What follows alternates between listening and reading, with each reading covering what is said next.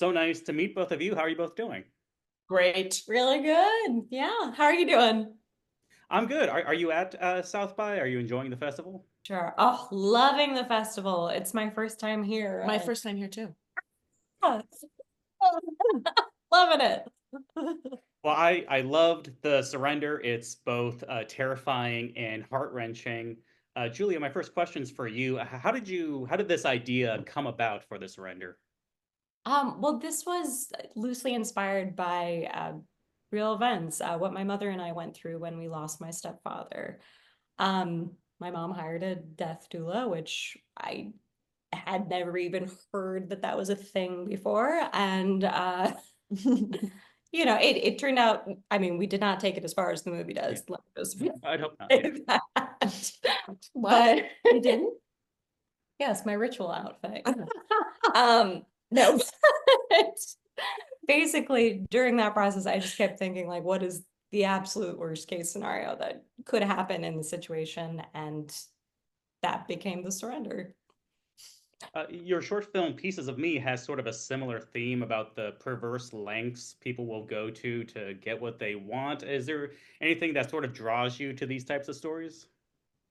I mean, that's the wonderful thing about horror, I think, is that you get to take really interesting topics and just kind of push them a little bit to the extreme. And so, with Pieces of Me, that is all about what it is to be a woman in our society and like the beauty standards and like the extremes lengths that we go to fit into that. And for this, I think this is very much doing the same thing, but with the process of grief and letting go and the extreme lengths that we will go to hold on to what we know and what we familiar and the people we love. Colby, your performance in this movie is phenomenal. Yeah. Did you look toward any other horror performances to as for inspiration? Um, I actually haven't seen a ton of horror movies. But I did watch Hereditary alone in my apartment. I don't recommend watching it alone. I Um, wouldn't know. or at night, no less, like an idiot. Um, uh, but I was really moved by what's his butt? The the guy, I'm forgetting his name. No, no, he plays the son in Oh, Hereditary. Nat Wolf? Oh, yeah. Nat Wolf. He's wonderful. He was that he was the what was interesting to me about that movie and is the same thing that interested me in this about this movie is that this is a family drama first, right? Mhm. It's a family drama and there is natural horror in family, right? Like there are things that people do that you're like, why the fuck did you do that? Sorry, I don't know if I'm allowed to curse, but like Curse all you want. then people go absolutely nuts, being like, whoa, like slamming their head against the wall with, certain family members. And what's beautiful about Hereditary is that like it's a family drama first that then like spirals into something else. And what I loved about Nat Wolf's performance is it is really everybody in that performance, my lover Gabriel Byrne, he's not my lover, but I did a play with him, I love him.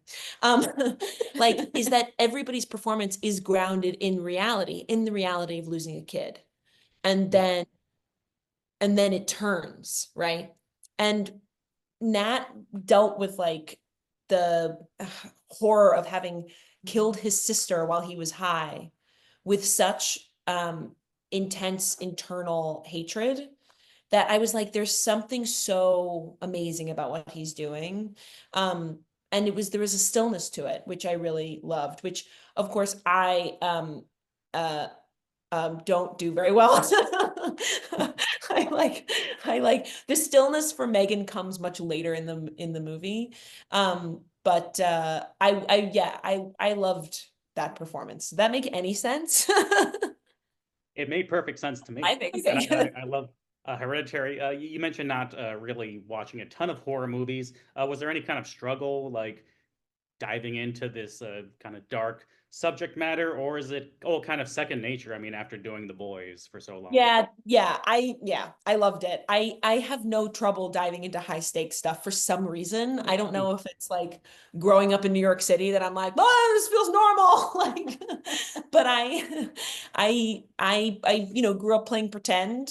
I play pretend for a living now, and boy, do I love going there. So Well, I think the incredible thing with both Colby and Kate is they're both just such fearless performers. There's not that constant like, oh, is this going to be silly? Is this too much? Like they both just are so emotionally honest and raw, and I love it. thank you. So good. How much of prep did you have ahead of filming? Since it is largely, I mean, Colby, you and Kate playing off of one another, did you like spend a lot of time together, or what was that process like? We had a week of rehearsal, which was the biggest blessing. I say, Oh, you know, yeah. I love rehearsal. There's some actors that really don't, but like, I love getting to tease apart a script. And both Kate and I come from the theater. And so, you know, we're used to sitting around 6 hours a day, 8 hours a day, 6 days in a row, just doing table work. And so that's kind of what we did on this. And I think it meant that by the time we got to filming, we had such a head start in terms of all being on the same page and having a chemistry. And Yeah, there was so much chemistry there by the end, like because you had so Yeah. much time to get to know each other. Yeah. And yeah, it was wonderful. Yeah, and I luckily had a couple months to prep this. And I love time. I love having as much time as possible. So Yeah. it was, and the way, you know, that's.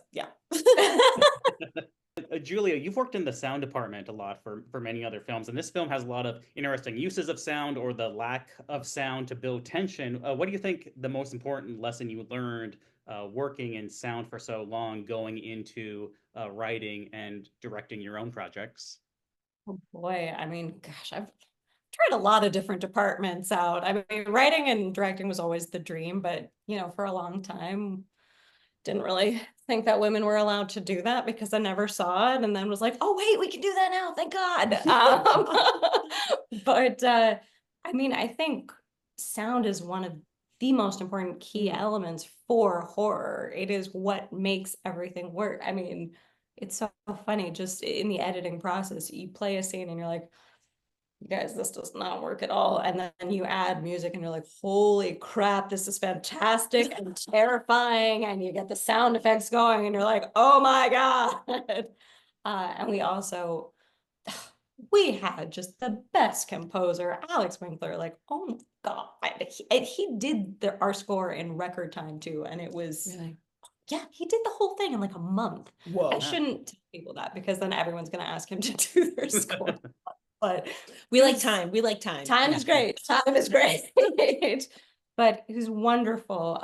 And then just the process of getting to play with all the sound effects and everything once we got it into post was just so much fun. So much fun. Well, like I said, I love the surrender. What kind of projects do you both have coming up down the pipeline? I'm working on the last season of The Boys, Mhm. which is crazy to think about after working on that show for so long. It's crazy to be saying goodbye to it. But yeah, no, hire me for anything. I'm up for. She's phenomenal. Cannot recommend her enough. We'll give glowing recommendations all day long. I need them written. And I will give you written recommendations. Like, I'll pass them out to people at South by. You just tell me who. I will do it. She's phenomenal. I mean, I really hope the surrender. I think it shows Colby in a whole new light that we haven't gotten the opportunity to see a lot. And oh man, I really just hope this is such a breakout experience for you because you're so stinking talented. Hey, thanks, Love girl. her. And I'm sticking with horror because that's my jam. Yes. Oh my God, I want to know everything about your next thing.